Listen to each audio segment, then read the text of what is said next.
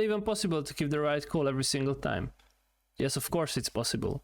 Doesn't mean you're gonna win every single round that you give a call in. It's kind of like you give the best call you can each time, so your percentage of win will increase. That's all. So today I'm gonna talk about IGLing and about giving the right call every single time. The number one thing is to be able to read the information from all of your teammates. And so that way you will be able to get more info and give a better call. However, this is a lot harder to do than, just listen, because meanwhile you're doing all that, you also have to play.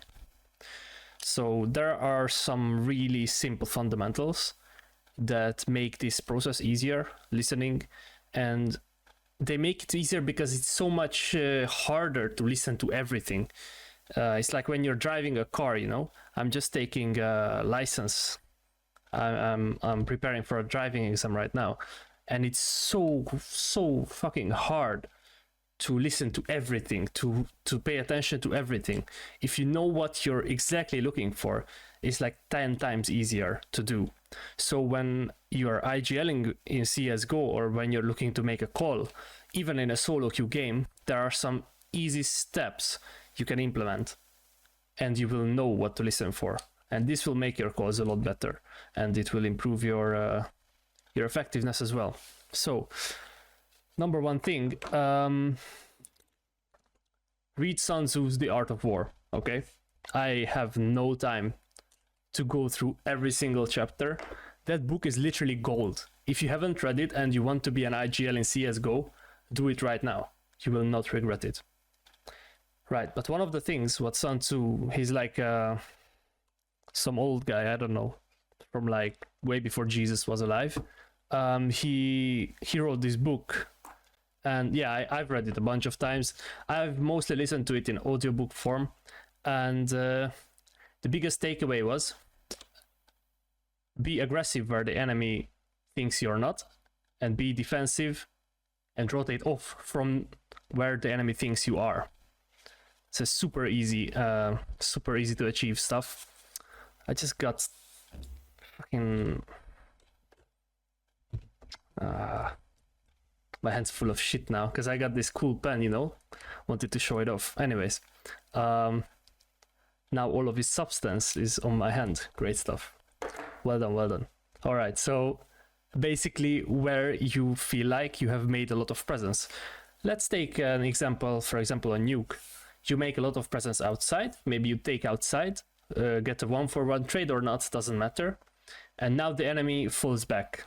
This is a completely normal situation, especially on like lower ranks. There are no outside retakes, there are no info peaks, no wild plays going out from secret, for example, no peaks are going on. People just sit back and they take it as it is. Like, okay guys, we just lost outside to the terrorists. So you as a terrorist now have made it clear that you control that area. So given this rule of attack where the enemy doesn't know your presence, you will rotate off from outside and hit another area. It's a very fundamental stuff, and it works almost every single time. And until you reach a level where you're actually making mind games against the enemy team's IGL, this is gonna work like 90% of the time in an equal situation. So, what are the examples to this? What are the examples to this crazy fundamental that will help you win basically every call you make? Take map control, rotate to the other side, and take map control. That's it. It's extremely easy to do. Let me give you another example. This time on Inferno. You take banana as terrorists, and you win the banana take, and the enemy is like, maybe they try to retake and fail, or they'll be like, fuck it, we lost banana, we're gonna play safe, right? And you're like, okay guys, we got banana, that's great. What the fuck do we do now? Like, we go B, we go A, like what are we gonna do? It's very simple. You have made presence on banana, so now you go towards A, right? Because that's where the enemy does not expect you. That's the fundamental. And of course, there are many other factors that go into this. For example, once you start rotating off banana, you might get some kills towards mid before you start executing A. The enemy might be a little bit smart, and they might try taking apps control, and now you have to fight for apps control. So now you made a presence on the other side of the map. So what do? You attack where the enemy does not expect you to be. That means you go back to banana. It's very, very simple. That's it, basically. That's the most important thing that you can take away from this whole thing. Just don't be obvious, you know? When I say it, it sounds really stupid, like, oh, of course I know, I'm not obvious. Yeah, whatever. No, it's like, this is really serious, and a lot of people just, they sit back and relax and, I don't know, really. Yeah, we can go A, yeah, we can go B, and they just say something for it to be a call, which is a good thing, you know? You should make calls, even if you have no idea what you're saying, because there needs to be unity and cohesion in the team. This is another point that is highlighted in this book, how important it is to be cohesive. But, you know, if you have a clue on what you're doing, you're gonna see much better results, versus if you're just like kind of guessing the sides, seeing, did we die on A, did we die on B, did the enemy die on A or B? Like that's not proper tactics. That's not a proper way to call. Right. Okay, so another thing is you have to see, especially when you're not playing in pracs, if you're playing with a 5-man pre-made or just face it, even solo queue with your random guys and they start listening to you and you can give some basic calls, don't overwhelm your teammates with calls, right? Let them know what's gonna happen. Because if you start saying, let's go A, and then you get a pick on B, like, okay, let's go B now, and then somebody dies on B and you say, let's go A, chances are they're not gonna be able to have the mental capacity or the will to listen to your calls the third, the fourth, the fifth time when you correct your calls, right? So sometimes it's better to stick to the call that was original as long as the team is together. So much importance into this, and this, especially lower ranks, this is what wins you games. It doesn't matter if you do the right thing or the wrong thing, like face it level, whatever, green, yellow ranks. It doesn't matter if you give the right call or the wrong call. As long as the team is together, you got the flow and you will win most of your games like that. So yeah, this is how you give the right calls with that. Yeah, other than that, like the circumstances, really important to listen. You cannot just give the same sample response to everyone, you know? You have to listen out what's going on. Do I have toxic teammates? Are some of my teammates really underperforming? You know, as long as you're listening to it, you're not gonna have any problem adapting to these things, because really CSGO is really about adaptation. Just imagine there are 5 players in the game. You cannot really expect them to be the same and bring their A game every single time. It's not gonna happen. So therefore, listen, look at the stats, hear how they communicate. You'll hear by their tone if they're having fun, if they're struggling. You'll see it on the stats as well. And also if you're playing solo queue, then it's even more fun to, you know, kind of feel out the personality of the players. And if you have a bunch of baiters, of course you're not gonna give them like A apps rush and B rush calls. With baiters, you're gonna give calls that are more towards let's get picks and then rotate off. Kind of like the first principle I talked about with Sun Tzu. You get a pick, you rotate off to the other side to execute. But with the baiters, you're not gonna be able to execute because everyone will get baited, of course. So you go to one side to get a pick, or actually you go to all sides to get a pick, you know, it's like 2-man teams and the nope holding mid, right? You get a pick and then you rotate back. That's it. So that is how you listen to your own teammates. Yeah. And give the right calls. If you have a bunch of hotheads and people are just dying one by one, you know, I'm sure you know that feeling when the round starts and it's like 30 seconds into the game and 3 of your teammates are dead in completely different sides of the map. It's because they just want to get entry frags, you know? You should give some calls, make them, enable them to entry frag, give them some flashes. It's gonna be super useful. If you listen to your teammates and see how they're playing, it's gonna be super useful just to throw these flashes. It will win you like 2 or 3 rounds minimum.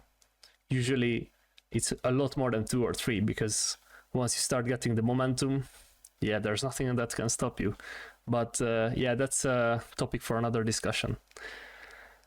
Right, so yeah, we talked about listening to your teammates. Now another thing that's really important is listening to the enemy team. It's even more important than listening to your teammates, because you're forced to listen to your teammates, you know? It's kind of easy to do.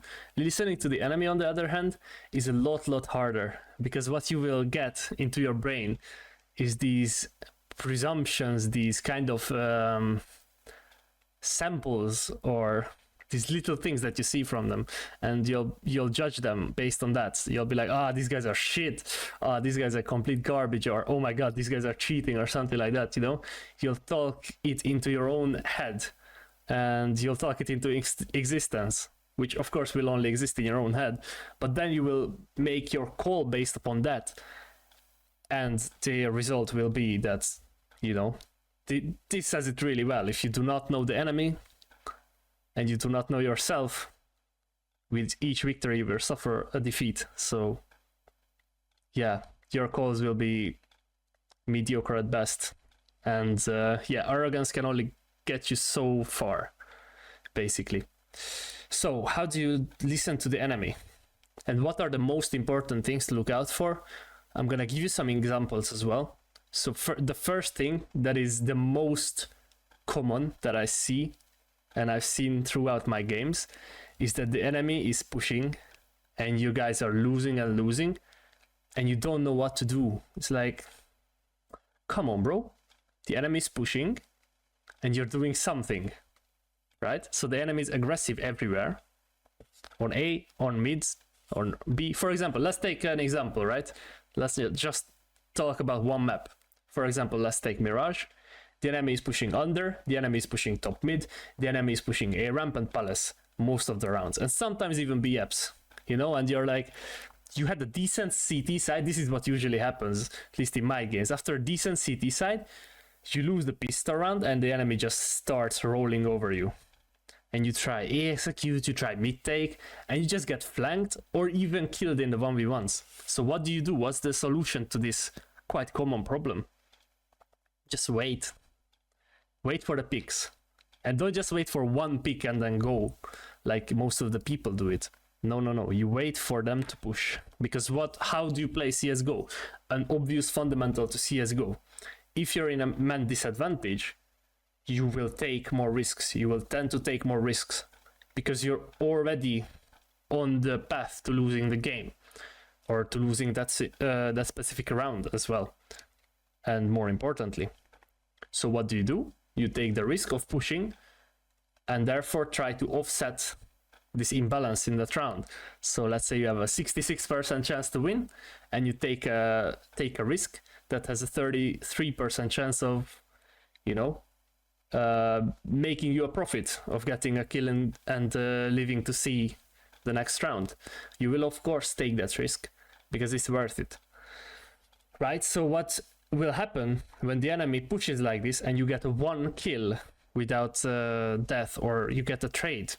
The enemy, the CTs, will be like, okay, this is okay, no problem, don't panic, we still got this, we just need to take more risks. And so they will push. And countless times I have witnessed 5 people pushing in the round. So all of them pushed. But most of the time, what will happen is 4 of them will push, and the last one will be like, oh, fuck it. And he'll just start flaming the other guys. I know this because I reviewed some of these demos as well from other players playing like this.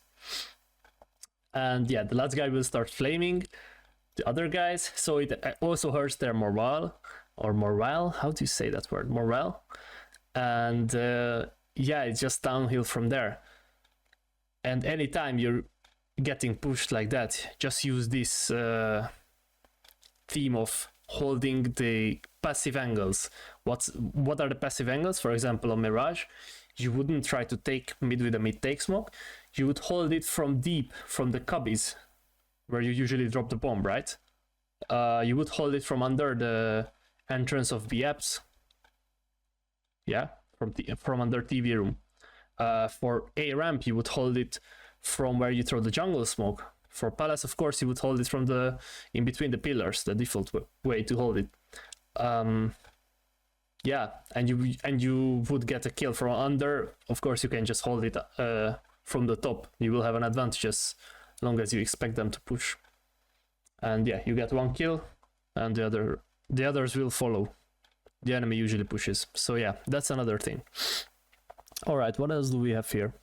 Well, since we're talking about IGLing, it's important to say, as I've earlier said, that team cohesion is very, very important. So if you're not just looking to play in a face-it solo queue or whatever, if you're looking to do a 5-stack, like for many games, not just 1 or 2, or actually a team, you would need some type of a method to organize your team and to discipline them, you know? So what usually happens is you get one IGL, and since they don't really know how to create the chain of command within the team, they cannot get rid of their responsibilities, especially in like the lower ranks, like ESEA Open, ESEA Intern, or well, intermediate. Sometimes you have managers that can set up practice games for you, that can find opponents for you, and that can be really helpful, but yeah, that's not always the case, is it?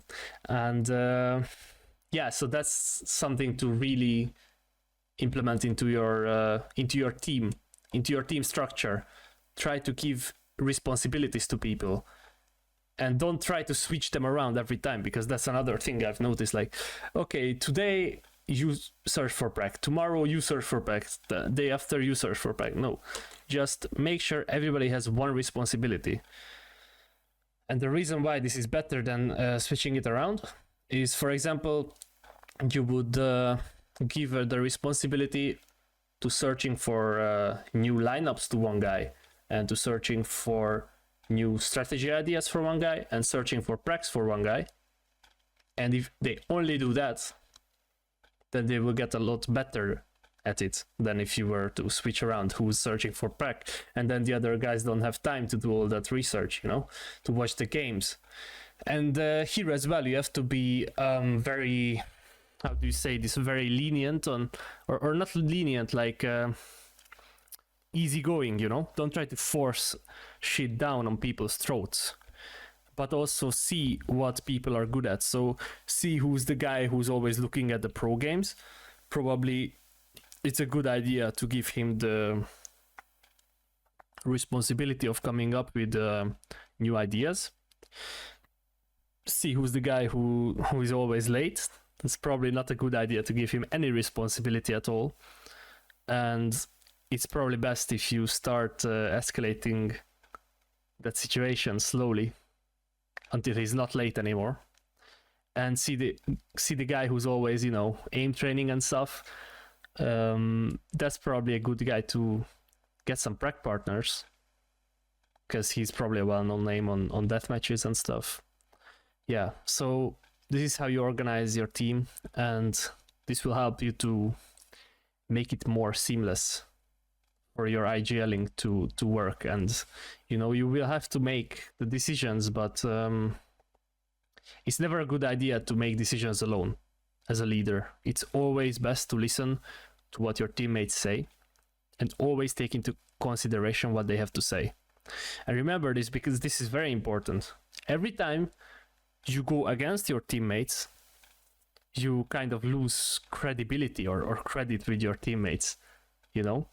And yeah, sometimes you have to go against it because they want something that will not be good for the team. But most of the times, these guys, you know, they're not stupid. They will be able to see the reasoning, and they might actually come up with a better idea than you could come up with. So why not just use their idea, you know? Don't let your ego get in your way, get into your own way, and trip you on the way to winning more games, you know, and the way to success, you know. Sounds really stupid, but a lot of people do this, and I have seen first person experience with people like this, like leaders like this, you know. Always be on the lookout for information, and as a leader, your job is to conclude a discussion, you know, with you give the conclusion to a discussion.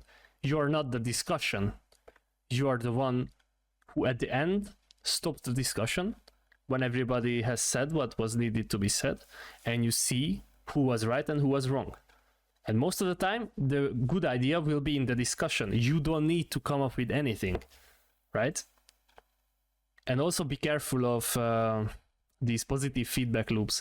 I've seen this so many times. People start coming up with nades because they see a nade here, they see a nade there, and they lose focus on the fundamentals, and they start focusing on these one-off things, nades, boosts, whatever, strats that are just like a geek strat, like whatever. Astralis tech on Inferno, I like a 3-man mid push with some crazy utility, and one guy posting up second mid, some completely like reasonably good strat that is fresh and everything, but you lose focus on the fundamentals. And at a level where you can execute a strat like this consistently, it's very important to focus on the fundamentals instead of stress like this. So yeah, that's another thing I've learned, and yeah, I've learned it way too late, but as you get better, it's more and more important to do the simple shit, you know, the simple tasks, the simple strays on the aim training. Basically, the fundamentals are more important than anything else in this game, because as long as you're getting better at, for example, counter strafing, for example, taking good positions, fundamentally sound angles, picking the correct way, you will be ahead of people who are looking at one-way smokes, who are looking at YouTube videos and demos and try to implement some stuff, because their knowledge is not endless. The fundamentals, they scale up to infinity, you know. At some point, these tricks are gonna just not gonna work, you know. And when the tricks don't work, they're done, because you have a massive advantage. You haven't practiced those one-way smokes and shit. Of course, you know all of them because you have played. I'm not saying don't play the game, just play aim training and watch like demos and shit of people who play similar to you. But I'm saying don't get stuck on these little things, on for example, don't learn all the nades from Mirage T-Spawn to connector to window to short, because it's not what matters. What actually matters is just the fundamentals of the game and the fundamentals of your role. Of course, if you're not like a support / rifler, maybe if you're a support, you want to learn those spawn nades to window or maybe even to connector. But if you're like a rifler or you're an oper, you don't need to get sucked into this, right? Look at the fundamentals of oping. Look at how you crouch peek with the op. Look at all those and perfect them instead of looking at the how do you smoke, how do you get the perfect boost on whatever. You know, it doesn't matter. Learn how to flick properly. You know, learn how to no scope. Yeah. Those are the really important parts. And the same with the IGLing. The IGLing is what we're talking about today. So yeah, I guess this comes full circle. So thank you very much for watching. This was the first video I did that was something like this. Please leave me your feedback if you've enjoyed it, and leave me with a new topic that you'd like to hear. Thank you very much for watching. Goodbye.